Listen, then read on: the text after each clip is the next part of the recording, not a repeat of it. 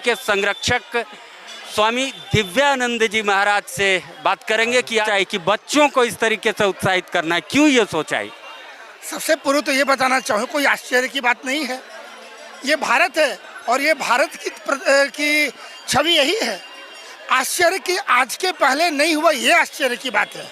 आज हुआ हमारा पुराना जो इंडिया से हम भारत की तरफ लौट रहे हैं। भारत महादेव की भूमि है, भारत जो है सो देवों की भूमि है। ये राम की धरती है, कृष्ण की धरती है, बिरसा की धरती है, ये रविदास की धरती है, महादेव की धरती है। तो महादेव की धरती में अगर हम बोल बम कर रहे हैं तो कोई आश्चर्य की बात नहीं है। ये पाश्चात्य के अंध दौड़ में लोग भटक रहे हैं। हम भारतवर्ष, हम सनातन सभी को गले लगा के रखा, और उस गले लगाने में कुछ कभी कभी कई प्रकार के कुछ झाड़ियाँ भी उपज जाते हैं।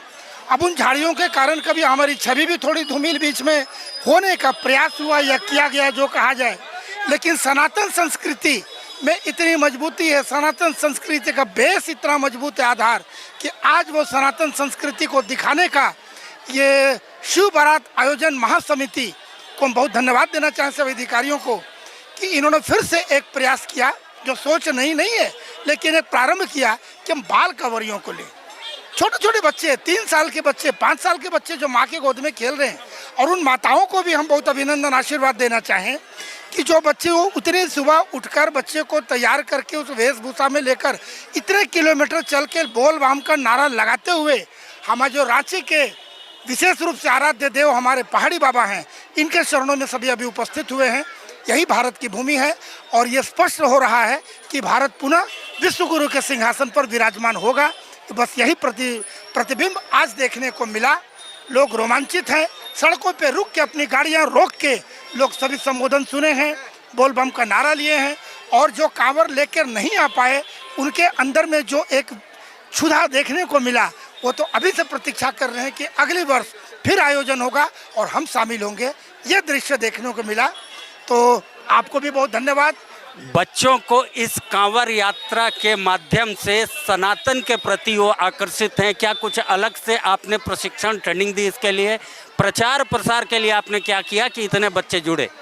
देखिए, प्रचार प्रसार के लिए सबसे पहले तो बोलूँगा, मैंने आपको भी निमंत्रण नहीं दिया था, लेकिन आपका आभार भी मैं व्यक्त करूँगा कि लोग आए। ये प्रचार माध्यम हो गया, जुटने का माध्यम मात्र 2 से 3 दिनों के अंदर में ये हुए और मुँह से मुँह चलते गए।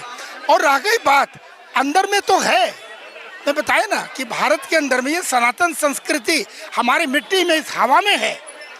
इसीलिए ये देखने को आज मिला कि आज भी अंदर से स्वतः निकल कर आया। इसके लिए कोई सही कहा जाए तो ऑनेस्टली स्पीकिंग की कोई तैयारी नहीं करनी पड़ी।